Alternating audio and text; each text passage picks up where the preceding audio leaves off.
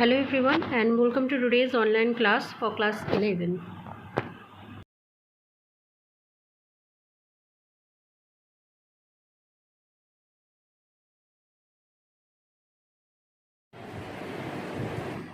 After the discovery of electron, it was found that electrons are negatively in charge, but atom as a whole positively in charge. So it was assumed that as atoms were consisting of negatively charged particles, it must have also consist of some positively charged particles.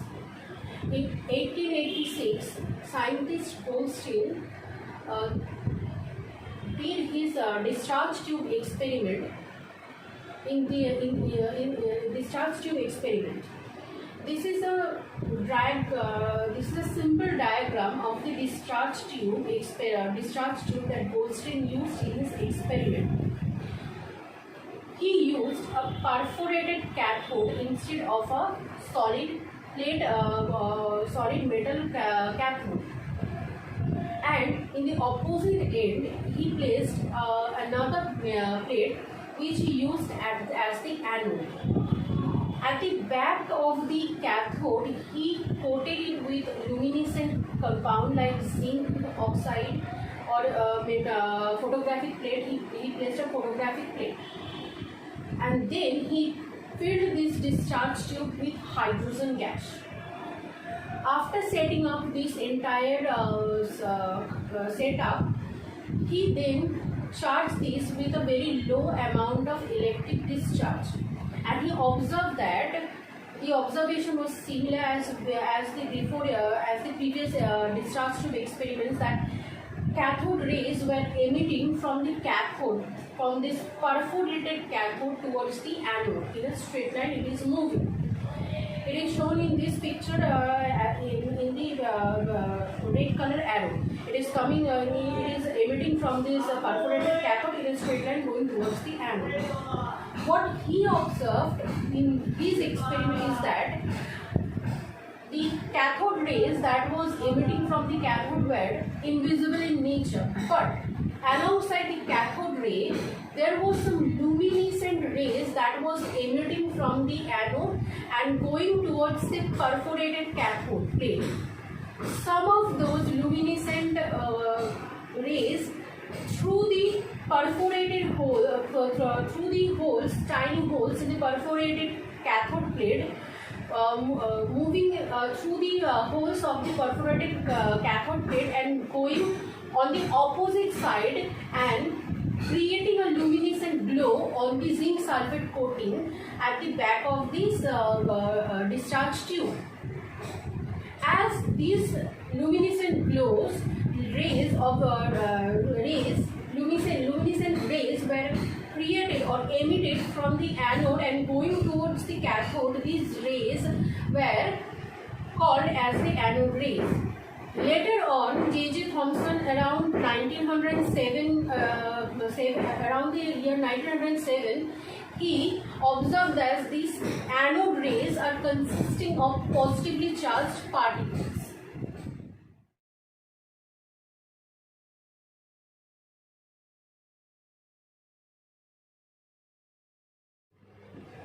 After the Goldstein experiment, there are some of the observations that was concluded in the form of the nature of anode rays. There are main characteristics of anode rays are, the first one is that it was observed that the anode rays, just like cathode rays, travel in straight line, but the speed of anode rays is much less compared to cathode rays, which concluded that it must be heavier compared to cathode rays.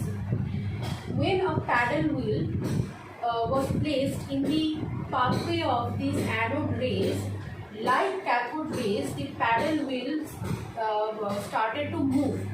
This thing again proves that the like cathode rays, anode rays also must be consist of material particles, because only a moving particle with a momentum can move a paddle wheel which is still.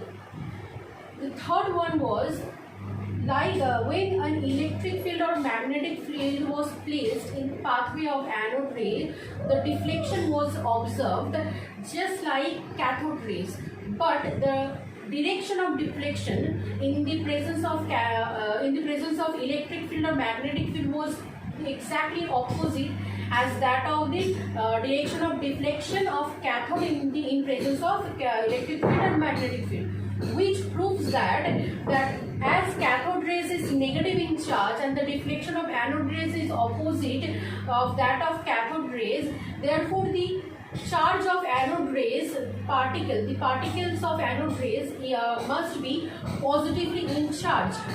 Not only that, the magnitude of deflection was extremely compared to the extent of deflection for cathode rays was less. The extent of deflection for anode rays was less compared to the deflection of cathode rays. This proves that again that the particle in anode rays must be heavier compared to the cathode rays. When E by M ratio for anode rays was calculated, it was found that it depends on the gas that has been enclosed within the discharge tube. That is, that when hydrogen gas, which is the lightest gas in the universe, is enclosed inside this discharge tube and the same experiment, anode rays experiment, is done, in that case the E by M ratio is found to be the maximum. But when heavier gases is enclosed and the same experiment is done, the E by M ratio started to decrease. Not only that, this E by M ratio is found to be exactly same as that of the hydrogen gas. Is similar that of an atom of hydrogen gas minus its only electron. That is equal to the nucleus of the hydrogen gas. Not only that, the charge of the anode ray and the mass of the anode ray was also found to be exactly equal with the nucleus of the hydrogen gas. Then the last thing that was calculated was the charge of the anode ray, and it was found that it is exactly the magnitude of it is exactly same as that of the electron, only the sign is opposite. That is, it is having the exact same amount of charge with a positive value. So then after all these observations on the natures of the cathode ray, around 1911 scientist Rutherford named this element, these particles of the anode rays as protons, which is positively in charge and consists and the characteristics of every material particles.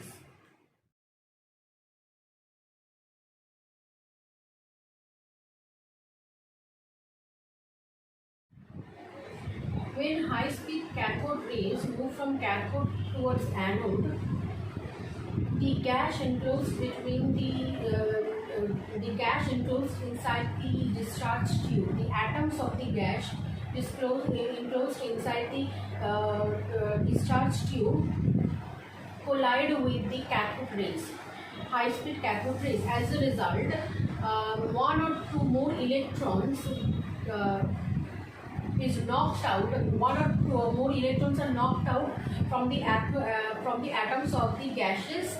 As a result, positively charged particles are created on the pathway of the anode rays. Now on the opposite side, on the pathway of the cathode rays. Now on the opposite side, positively charged anode is present. So by the repulsion from this positively charged anode, the positively charged particle created inside this discharge tube moves towards the negatively charged anode and the perforated anode, and some of them they move through the holes of the perforated cathode and one moves towards the end of the discharge tube. This is the main origin of the cathode rays. The atoms of the gases are the main source of origin of the cathode rays, anode rays, not the anode itself. That's why with the nature of the anode rays, specifically E by M ratio depends on the different types of gas taken inside the discharge tube.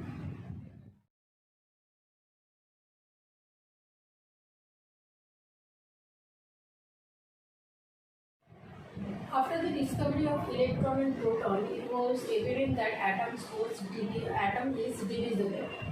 Before the discovery of neutron, when only proton and neutron was electron and neutron was discovered, scientists started to assume how the electrons and protons within the atoms are bind together, or how the atomic structure may be constituting proton and neutron. The first person to give a theory regarding this atomic model was the scientist Thomson. He gave his atomic model on the basis of an assumption that atoms is a uniform sphere of positive electricity in which electrons are embedded evenly throughout this sphere, positively charged sphere, to neutralize this atom. This atomic model of Thomson's was widely known as the palm pudding model or the watermelon model. This model explained very precisely the neutrality of atom, but fails to explain the observations from the Rutherford's gold foil experiment in later years. That's why this model later on was discarded by the scientific community.